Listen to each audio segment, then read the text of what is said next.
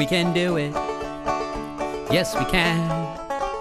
We can change things throughout the land, but we all must lend a hand. We can do it.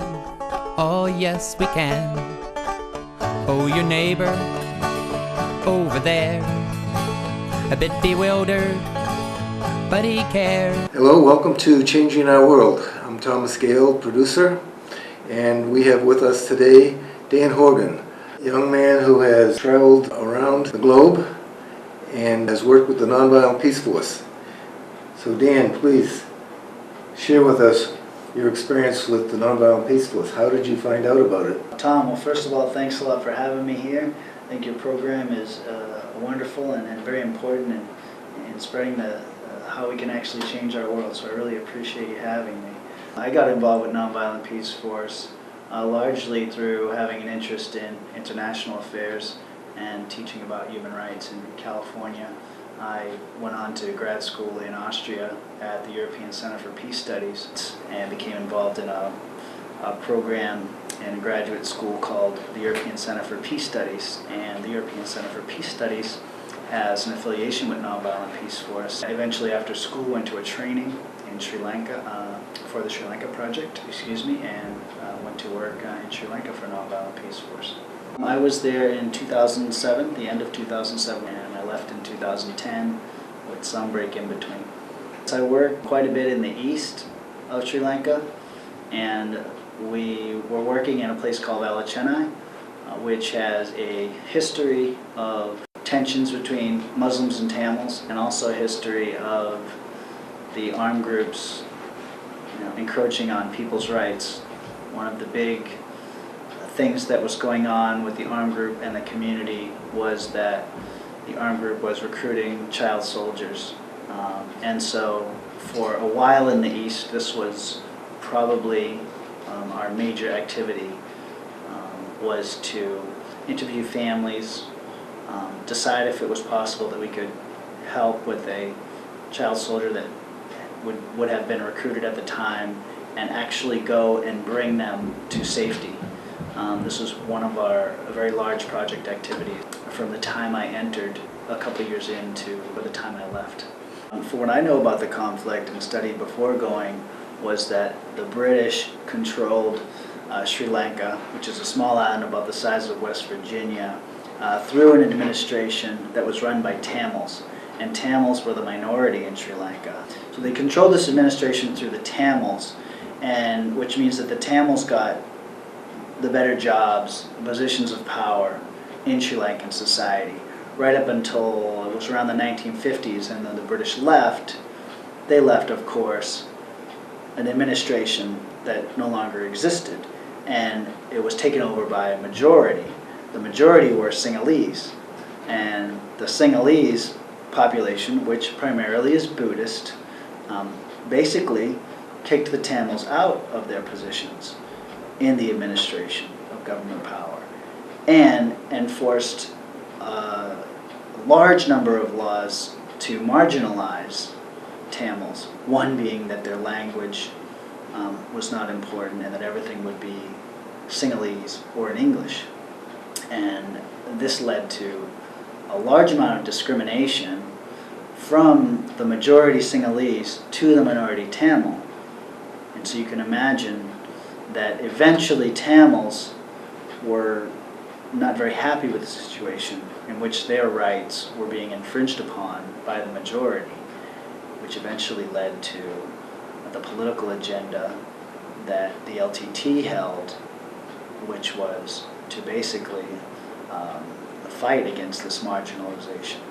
The Muslims were the third and smallest minority group in Sri Lanka. Simply, there's Sinhalese, there's Tamil, and then there's Muslim. Muslims probably are about 10 to 12% of the population, and the Muslims, unfortunately, for their citizens were, to speak very generally, were caught in the middle of the conflict in many instances and were targeted from both sides. Most notably, they were kicked out of Jaffna in the north by the Tamil Tigers in mass. This was at some point in the Civil War. Unfortunately, the Muslims were, in some ways, the greatest victim of the conflict. Starting in the 1980s, that well-trained, specifically strategic, unarmed civilian peacekeepers can provide for the direct physical protection of civilians caught up in physical violence, can support local civil society to help them protect themselves and prevent further violence, and strengthen the capacity for existing protection mechanisms that all communities inherently have. Our teams are multinational. We currently have peacekeepers from 40 different countries, 43% women. They are specifically trained, full-time and professional. Our peacekeepers are paid. They are deeply immersed in the communities that are affected by violence. We are nonviolent. We are neutral. We are strategic. And we're cost-effective. $1 million a year for a U.S. soldier in Afghanistan. For us to train, equip, pay, insure, feed, clothe, house an unarmed civilian peacekeeper, it costs a little less than $50,000 a year. And so in explaining what unarmed civilian peacekeeping is, we base it upon the principles of nonviolence, the primacy of local actors, nonpartisanship, independence, and civilian to civilian. Our methodology, the key categories, there's 4: protective engagement, monitoring, relationship building, and capacity building.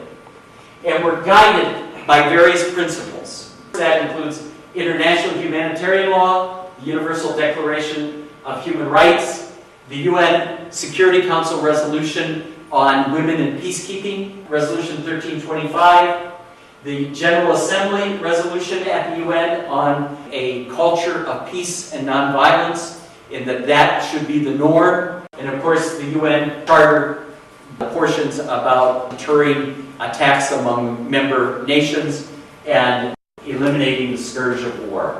The basic skills that underlie our methodologies are listening, data gathering, grassroots mediation, negotiation, and dialogue. Unarmed civilian peacekeeping is a strategic mix of a variety of methodologies. So one of them, and the most well-known probably, is protective accompaniment, is one-on-one protection, unarmed bodyguards, if you will, of people who are under threat. Positioning is another method that's used. At times, we'll position ourselves between two conflicting parties. Early warning, early response is one of our most used methods, and that involves working with community groups to help them identify what are those early warning factors of a conflict, and then working with local teams who are supported by international teams to go to the point of conflict to quell it before it explodes. Some of our veterans who developed expertise in terms of protecting communities and children from being abducted as child soldiers in Sri Lanka came to South Sudan. They have been training local women's peacekeeping teams. Rumor control is another activity that we do, a method where often in a volatile situation, rumors will cost lives.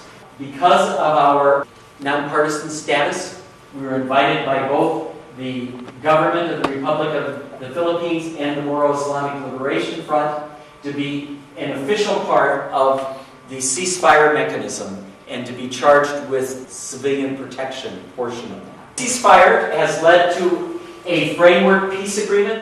NP Sri Lanka was approximately 25 to 50 internationals, I believe, and probably a total of about 75, including national staff. In many of the areas we worked, they were Tamil-speaking areas, and so we needed locals not only for translation, but also for local knowledge and local contacts. And so even though we would consider it a project with international protective presence, we would also have to consider that we used locals alongside that international protective presence to be more effective, both to communicate and to also maximize our local knowledge.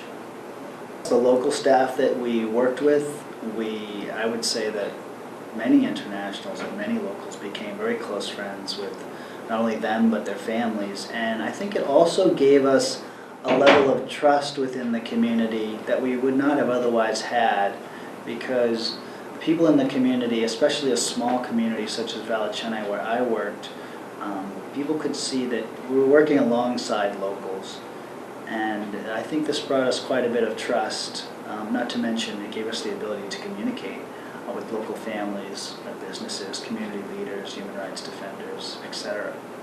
There was risk in hiring locals because we obviously had to really understand who we were hiring and how the community viewed them, what ethnic group they were, what languages they spoke, what affiliations they had within the community, whether or not they worked with other NGOs. These were all things that we had to take into consider, perhaps more than just a normal job because of the type of work we were doing. So along with that came a great benefit, and we also had to weigh the risk of anyone we felt maybe was not quite appropriate for the job. From the time that I got there in 2007 until about a year and a half later, it was, even 2 years later, it was quite a large issue in the East. It was something that we were doing out of the Valachennai office on average of about 70 times a year in the first 2 years I was there. So you can imagine we're doing 1 or 2 a week, 1 or 2 accompaniments of a child soldier being recruited to a safe place.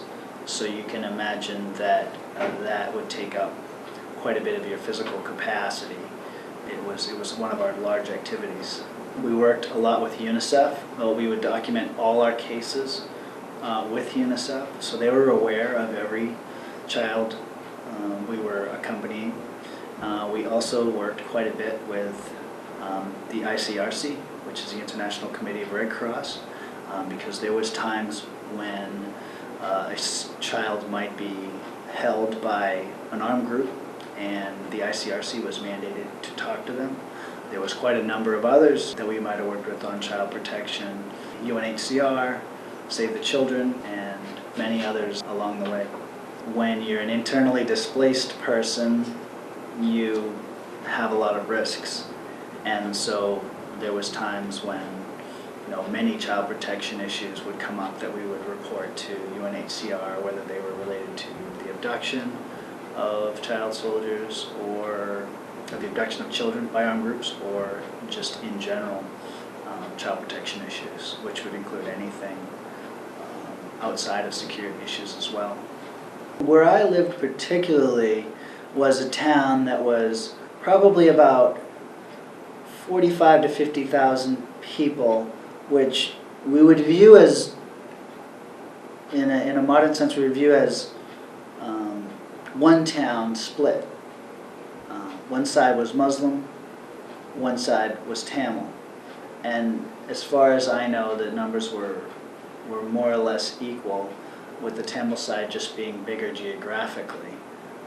I can't tell you exact figures, but we always viewed it as a Tamil Muslim town. In reality, there was a Tamil side, which was more of a Tamil town, and a Muslim side, which was a Muslim town, but they were so close to each other, we viewed the whole area as a half Muslim, half Tamil community. Generally in the community, in terms of Muslim Tamil, we were viewed as neutral and as nonpartisan. Whether it be Muslim or Tamil, we were viewed in that way. However, we were working more with Tamils because the Muslims somehow were much more organized and better to take care of their own security situations and were not targeted by the armed groups as much, whereas the Tamils found themselves being targeted by their own Tamil armed groups quite a bit. The child soldiers example I used earlier being a prime and easy example to understand. And so I would say that by default we worked with Tamils more. When it came to nonpartisanship as far as the larger conflict, that was more difficult. Within the Tamil community, we have to remember that the Sinhalese police and army were officially in charge of the Tamil community. And so sometimes it was difficult to be seen as nonpartisan by, say, army or police, because we were not, say, in the south of Sri Lanka working with Sinhalese families. Overall, by our actions, by the way we conducted ourselves, by our modes of operation, we tried very hard to be perceived as nonpartisan by both Muslim Tamil and by both Sinhalese police, military, and Tamil. The capacity building training was geared to try to look at a situation which involved the community's security and try to make sure that it was capped, that violence or incident was capped and dealt with. And so in that sense, this capacity building program that we were running and that we ran right up until the end of the Sri Lanka project was probably the main tool in which we were trying to train for those type of things. I personally lived 3 houses away from the armed group. The armed group had machine guns and had children working for them. Children, I say men, usually under the age of 18. I never personally felt threatened in any particular action. I never personally even really felt like I was in that much danger because of our acceptance in the community. I also, in the back of my mind, always tried to operate with the idea that something could change and the armed group might decide not to accept us. And so to operate in that way I felt was better for me and for the people I worked with, and that we all had to keep in mind the fragileness of the situation. Having said all that, I would say that the real heroes of this type of work were the locals that I worked with in Sri Lanka.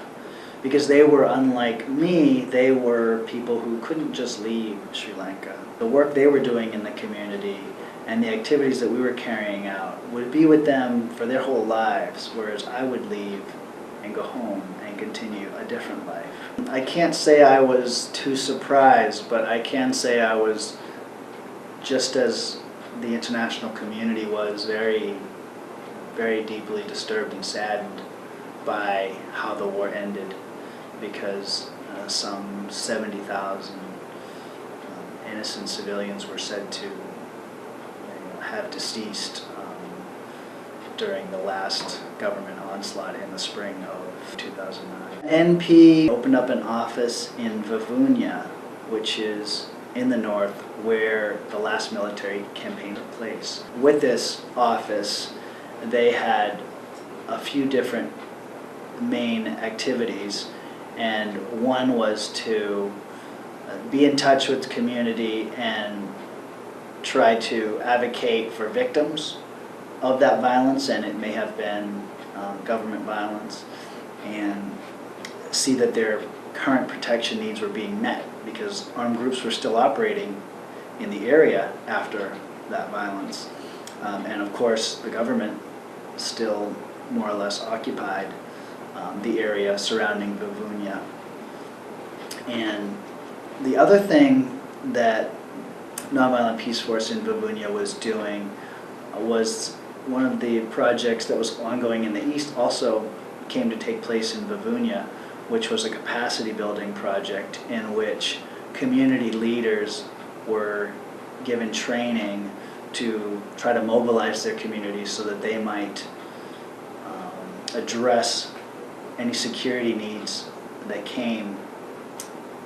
And so this training might be a little hard to describe, but in essence it was a training to empower community leaders to see conflict and violence before it happened and try to prevent it, and if they could not, then how to deal with that situation with the help of other community members and possibly the police or army.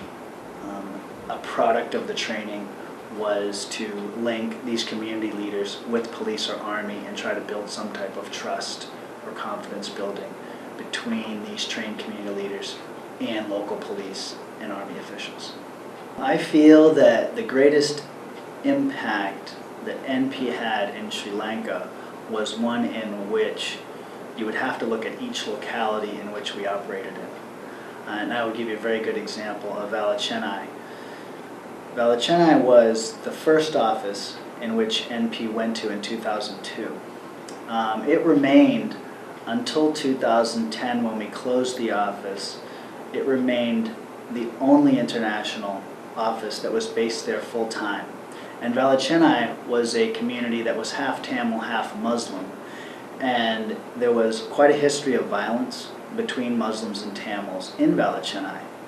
And it was hard to really measure the impact of being there until you would run into a community member who would stop you and say something like, "I'm so glad you're here. You have no idea over the years what impact you've had for this community." And they would go on to tell you, "You've reduced a lot of violence, you may not realize it." And so in your day-to-day work, you wouldn't really think you had a general impact. You would think that you might be doing some type of protection work for one child soldier or interviewing a refugee and understanding their concerns. But in reality, when you had these small moments with the community, you realized that NP Sri Lanka was so important for the town of Chennai, and whether or not. And I, for one, never really had any interest at all in going into the military. I grew up next to an army base, Fort Devens, which is located an hour east of Boston. It was a very positive experience too, by the way, because on Fort Devens was many army families, and of course I had many friends that were children of families that were in the army. But I myself, as I got older, knew that military and military action was never something I wanted to be a part of. I was always interested, I think, in human rights, probably from the basis that my town, because of Fort Devens, was a very diverse place ethnically, and I got to meet a lot of different people, and perhaps this was one of the things that inspired me to kind of eventually discover on a more academic level what human rights was and how it worked and how you might work inside the field of human rights. What my experience in Sri Lanka, along with some other experiences that I had previous, really put in perspective for me what is important in life, and really being able to appreciate what you have is something that I will always take from my experience in Sri Lanka and in other places. Because when you're interviewing 4 or 5 families a day that have serious security problems, their son has been abducted, their father's been killed, their aunt is missing, you understand that there are so many basic things in life that you take for granted, and to sit back afterwards and understand that and realize that and internalize that is a very profound and important thing that one is forced to do. I've been in contact with a lot of international staff as well as local staff in Nonviolent Peaceforce. And it's been nice to continue the relationships, to understand some of the work that NP continues to do. The first half of this year, 2013, I was chosen to be part of a team to do a startup project in Kenya. And so what we did was we were an extension of the exploratory missions that went to Kenya from Peace Brigades International. And we went and we introduced ourselves to government, police, local community organizations, also met with local community human rights organizations to not only gather information on the context, but also to specifically assess their needs and to understand how PBI might assist them, and to try to narrow this down into formalizing partnerships with 2 or 3 or 4 or 5, a process which is still ongoing now in Kenya. And so this was basically the work of a startup team. Not only that, you can imagine that starting up a team, you have to be involved in so many logistical things that aren't there, and all these things are very important for the ongoing work of the project. Peace Brigades International is an organization that more or less does one thing or has one project, in that they support human rights defenders through advocacy and protective presence.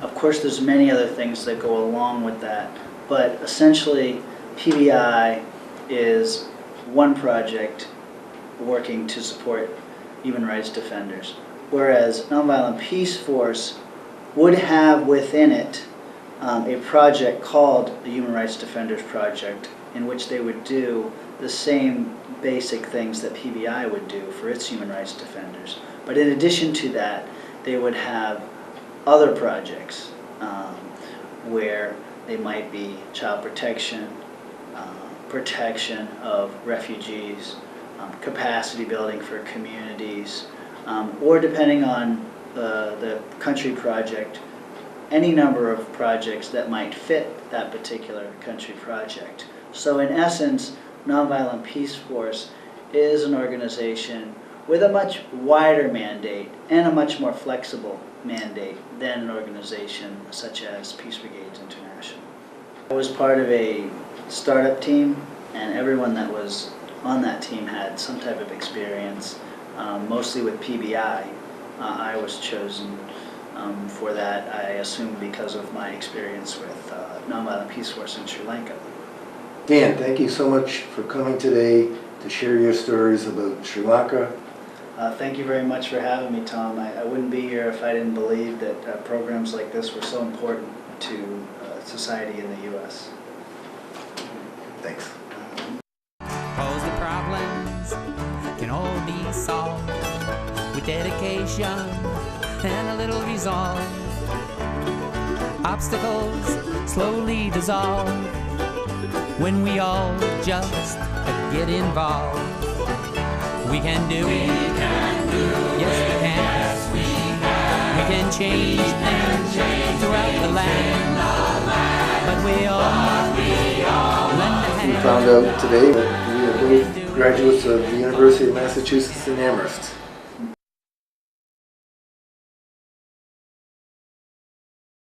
One of the fighters turned to Abraham and said, "Who's the small girl?" And Abraham said, "Well, that's Asha Ashokan." "Well, where's she from?" "Well, she's from India." "Well, why is she here?" "To get you to quit fighting." And this young warrior turned and said, "If somebody's going to care that much to come that far to get us to quit fighting, we'll stop." And he called his men up.